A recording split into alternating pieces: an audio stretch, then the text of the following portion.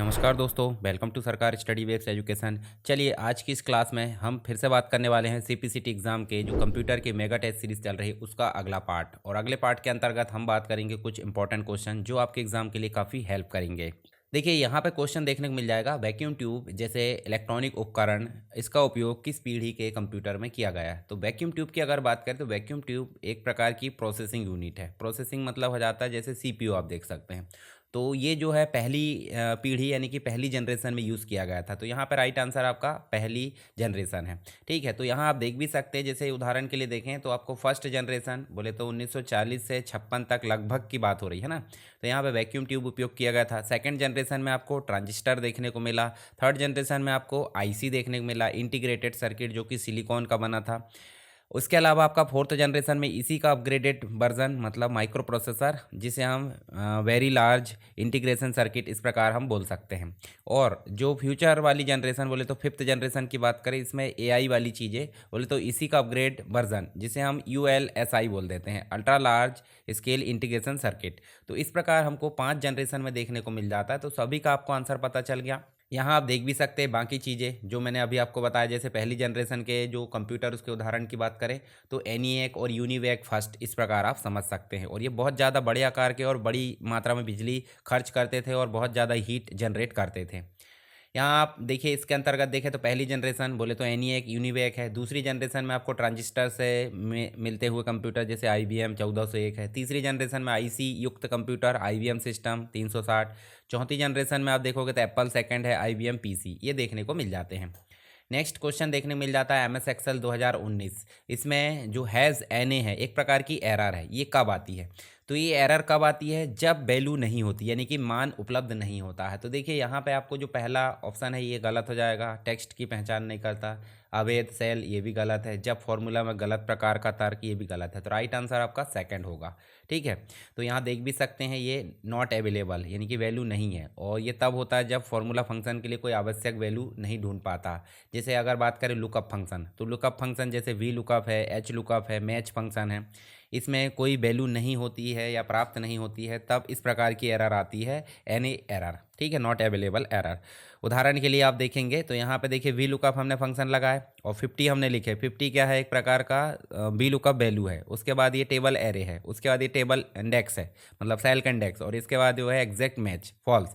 तो यहाँ पे अगर 50 नहीं है, मान लीजिए 50 नहीं है, तो क्या एरर आएगी, ये एनी एरर आएगी। उसके बाद देखिए बाकी चीज़ अगर देखें तो जब एक्सेल टेक्स्ट की पहचान नहीं करता तो यहाँ देखिए इस प्रकार की एरर आती है, नेम एरर। और जब कोई मान उपलब्ध नहीं होता तो वो तो एन एरर आ जाती है। जब अवैध सेल होता है यानी कि इनवैलिड सेल होता है तो रेफरेंस एरर आ जाती है। ठीक है, और जब गलत प्रकार का तर्क या ऑपरेंड होता है तो वैल्यू एरर आती है। तो ये भी आपको थोड़ा सा ध्यान में रखना है। नेक्स्ट क्वेश्चन है open office writer. Open office मतलब एक प्रकार का MS ऑफिस है। ठीक है, MS ऑफिस बोले तो जो माइक्रोसॉफ्ट ऑफिस है उसी के जैसा ओपन ऑफिस है, जो कि ओपन सोर्स हो जाता है। इसके अंतर्गत भी MS वर्ड जैसा ही एक राइटर हो जाता है। तो राइटर में जो गैर मुद्रण वर्णों को डिस्प्ले या हाइड करने के लिए निम्न में से किस कीबोर्ड शॉर्टकट का उपयोग किया जाता है। तो जो गैर मुद्रण बोले तो एक प्रकार से अगर देखें तो स्पेलिंग एंड ग्रामर से रिलेटेड बात की जा रही, तो राइट आंसर आपका यहाँ पे फोर्थ होगा।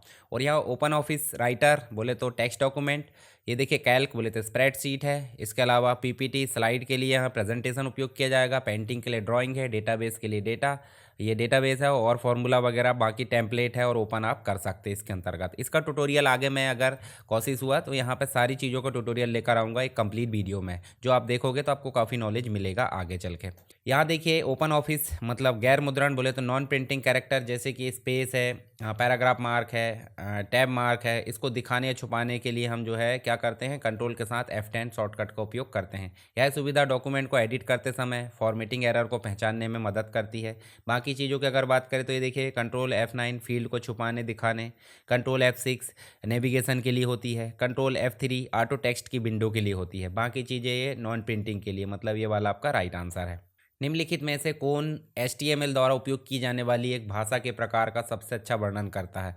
तो HTML बोले तो इस प्रकार से लिखी जाती है, कभी भी आप देखोगे तो आपको HTML इस प्रकार से लिखती हुई नजर आएगी। तो ये जो मार्क लगा हुआ है इसको हम बोल देते हैं मार्कअप। क्या बोल देते हैं, मार्कअप। मतलब HTML क्या है, हाइपर टेक्स्ट मार्कअप लैंग्वेज। तो यहाँ पर राइट आंसर आपका पहला होगा। बाकी प्रोलॉग, बेसिक, सी लैंग्वेज ये नहीं है यहाँ पे।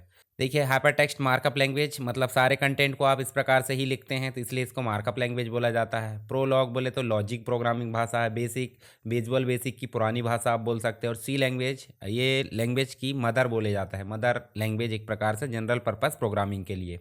CDR का पूरा नाम क्या है यानी कि पूरा रूप क्या है? तो CD मतलब कॉम्पैक्ट डिस्क, R मतलब रिकॉर्डेबल। तो यहाँ पे आप देखोगे तो आपको ये देखिए वो ये जो मार्किंग ऑप्शन है ये सब कैंसिल है, पहला ही ऑप्शन आपका राइट हो जाएगा। CD और DVD के बारे में हमने ऑलरेडी पहले डिस्कस कर लिए हैं विस्तार से। CD और DVD के प्रकार भी हमने देख लिए। और CD जो R है उसको बोला जाता है once write, write once read many यानी कि वॉर्म बोला जाता है या वोरा बोल सकते हैं, ठीक है। इसके अलावा निम्न में से क्या एक पॉइंट एंड ड्रॉ डिवाइस है? पॉइंट एंड ड्रॉ डिवाइस का मतलब क्या हो जाता है कि भाई पॉइंटिंग के माध्यम से यानी कि आप ड्रॉ कर सकते हैं। जैसे मान लीजिए अभी मैं लिख देता हूँ यहाँ पे, देखिए इस प्रकार से मैंने लिख दिया। तो यहाँ पे आपका स्कैनर तो पॉइंट एंड ड्रॉ नहीं है, प्रिंटर भी, आउटपुट डिवाइस है, CD-ROM भी नहीं है। तो बचा क्या? माउस। माउस आपका पॉइंटिंग डिवाइस कहलाता है जो कि इनपुट डिवाइस की कैटेगरी में आता है। और स्कैनर भी आपका इनपुट डिवाइस है, परंतु यह हार्ड कॉपी को सॉफ्ट कॉपी बोले तो डिजिटल इमेज में परिवर्तित करता है। प्रिंटर आपका आउटपुट में परिवर्तित करता है, जो आपकी स्क्रीन पे दिखता है उसको हार्ड कॉपी में बदलता है। और CD-ROM बोले तो compact disc read only memory, ये आपकी CD का एक प्रकार माना जाता है। चलिए इसके बारे में आप यहाँ पे देख सकते हैं। नेक्स्ट क्वेश्चन देखिए, पेशेवर और सुसंगत सॉफ्टवेयर इंस्टॉलेशन अनुभव देने से संबंधित आवश्यक जो कार्य है निम्नलिखित में से कौन सा है? तो यहाँ पे आप देख सकते हैं, देखिए जो विकासात्मक क्रिया विधि है इसके द्वारा सॉफ्टवेयर इंस्टॉलर का विकास करना, ये इसका राइट आंसर है। इसके बाद अगर हम देखें तो यहाँ पे जो है इसमें बहुत सारी चीज़ें शामिल है। जैसे मान लीजिए स्वचालित इंस्टॉलेशन, पाथ यानी जो एड्रेस होता है, एरर हैंडलिंग हो जाती है, यूज़र फ्रेंडली इंटरफेस हो जाता है, परीक्षण और जो वैलिडेशन वो चीज़ें हमको देखने को मिल जाती है। इंस्टॉलर का कंप्लीट रूप से उसमें कॉम्बिनेशन मिल जाता है। बाकी चीज़ें यहाँ पे कोई ऑप्शन में शामिल नहीं है।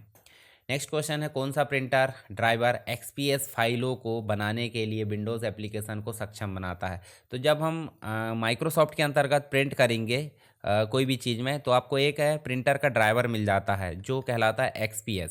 मतलब इसके एक इस प्रकार से अगर देखें तो हम PDF जैसी फाइल बना सकते हैं, .xps वाली फाइल। तो ये क्या है, एक प्रकार से राइट करता है, रीड नहीं करता। देखो रीडर यहाँ पे नहीं होगा। माइक्रोसॉफ्ट का डॉक्यूमेंट राइटर ये भी नहीं होगा। माइक्रोसॉफ्ट का डॉक्यूमेंट रीडर ये भी नहीं होगा। तो XPS वाला डॉक्यूमेंट राइटर इसे बोल देते हैं। राइट आंसर क्या हो जाएगा आपका? पहला वाला। तो देखिए यहाँ पे जो है Microsoft XPS document writer MXDW एक वर्चुअल प्रिंटर ड्राइवर है जो कि XML पेपर स्पेसिफिकेशन जो है फाइल बनाने में सक्षम होता है। और यहाँ पे जब हम प्रिंट करते हैं तब इस प्रकार का चीज़ें हमको देखने को मिल जाती है और इसकी फाइल का एक्सटेंशन .xps होता है। नेक्स्ट क्वेश्चन है, निम्नलिखित में से कौन सी सही बायोमेट्रिक सेंसर उपकरण नहीं है? तो बायोमेट्रिक डिवाइस अलग अलग प्रकार की होती है, जिसमें ऑल फैक्ट्री बायोमेट्रिक डिवाइस ये सुगंध गंध को पहचानने के लिए होती है, बिल्कुल सही है। DNA बायोमेट्रिक डिवाइस ये भी होती है, तो ये भी सही है। उसके बाद सुनने वाली, सुनने से भी तो हो जाता है, तो सुन जैसे हम ओके गूगल या कुछ भी चीज़ बोलते हैं तो यहाँ पे ऑडिटरी बायोमेट्रिक डिवाइस बोले तो सुनने वाली भी। तो तीन ऑप्शन तो हमारे सही होगा, बल्कि पूछा गया है कौन सा नहीं है। तो बचा क्या? बायोटेक्निकल बायोमेट्रिक उपकरण ये नहीं है। तो यहाँ पर राइट आंसर हमारा चौथे नंबर का हो जाएगा। देखिए बायोमेट्रिक डिवाइस अलग अलग प्रकार से हमने देखे। यहाँ पे देखिए ऑल फैक्ट्री बोले तो गंध सुगंध आधारित हो जाते हैं। इस हालांकि अभी कंप्लीट नहीं है, परंतु इस प्रकार की डिवाइस आएगी भविष्य में। DNA डिवाइस ये इस प्रकार से ऑडिटरी, और बाकी ये आपका कोई भी बायोटेक्निकल इसमें शब्द नहीं होता है। इसके बाद देखिए इसके कुछ श्रेणी होती है, जैसे fingerprint biometric device, fingerprint scanner, iris retina scanner, face है, फेस आप देख सकते हैं अनलॉक करने के लिए, वॉइस ऑडिटरी वॉइस रिकॉग्निशन के लिए, DNA है, ऑल फैक्ट्री ये अभी भविष्य में आएगा, अभी आया नहीं है पर इस प्रकार का टर्म आ चुका है। नेक्स्ट देखेंगे IANA इंटरनेट चलाने वाली तकनीक मानक को जो है मतलब एक प्रकार से प्रोटोकॉल है, ठीक है, एक प्रकार का क्या है प्रोटोकॉल। इसमें उपयोग किए जाने वाले जो अद्वितीय बोले तो यूनिक कोड और नंबरिंग सिस्टम को एक प्रकार से आवंटित कराता है, ठीक है, और तथा उसको मैनेज करता है। तो IANA का फुल फॉर्म बताइए। तो IANA मतलब हो जाता है इंटरनेट असाइन नंबर अथॉरिटी, मतलब चौथे नंबर का आपका राइट आंसर होगा, इंटरनेट असाइन नंबर्स अथॉरिटी। चलिए नेक्स्ट देखिए, यहाँ पे इसी के अंतर्गत देखें तो IANA हमने देखे एक है यूनिक कोड और नंबर सिस्टम है, जैसे IP एड्रेस हो जाता है, डोमेन नेम हो जाता है, प्रोटोकॉल पैरामीटर हो जाता है, इससे संबंधित ये चीज़ें देखने को मिल जाती है। नेक्स्ट है डेटा स्टोरेज यानी डेटा भंडारण जो होता है उसमें जो सिस्टम्स होते हैं उसमें डेटा जो संरूप है और जो एप्लीकेशन इनके बीच में डेटा के स्थानांतरण बोले तो ट्रांसफ़र करने के लिए निम्नलिखित में से कौन सी प्रक्रिया उपयोग की जाती है। तो डेटाबेस प्रणाली मान लीजिए ये डेटाबेस है, ठीक है, ये डेटाबेस है और इस डेटाबेस से दूसरे डेटाबेस में अगर कोई चीज़ ले जाना है तो उसे हम क्या बोल देंगे, डेटा को एक जगह से दूसरी जगह ले जाना बोले तो ट्रांसफ़र करना, पर ट्रांसफ़र करने की टेक्निक को क्या बोल देते हैं, इमिग्रेशन नहीं बोलते हैं। बाकी डेटा माइग्रेशन यहाँ पर राइट आंसर है, कंटेंट माइग्रेशन नहीं बोलते, डेटा इंटीग्रेशन भी नहीं बोलते। तो राइट आंसर क्या है आपका, सेकंड बोले तो डेटा का माइग्रेशन। चलिए यहाँ पे अगर देखें तो डेटा माइग्रेशन बोले तो स्टोरेज के बीच में डेटा को ट्रांसफ़र करना, यह तब आवश्यक होता है जब नया सॉफ्टवेयर या हार्डवेयर अपनाया जा रहा हो, क्लाउड में डेटा ले जाना हो, डेटाबेस या एप्लीकेशन को अपग्रेड करना हो, इस समय इस चीज़ की ज़रूरत पड़ जाती है।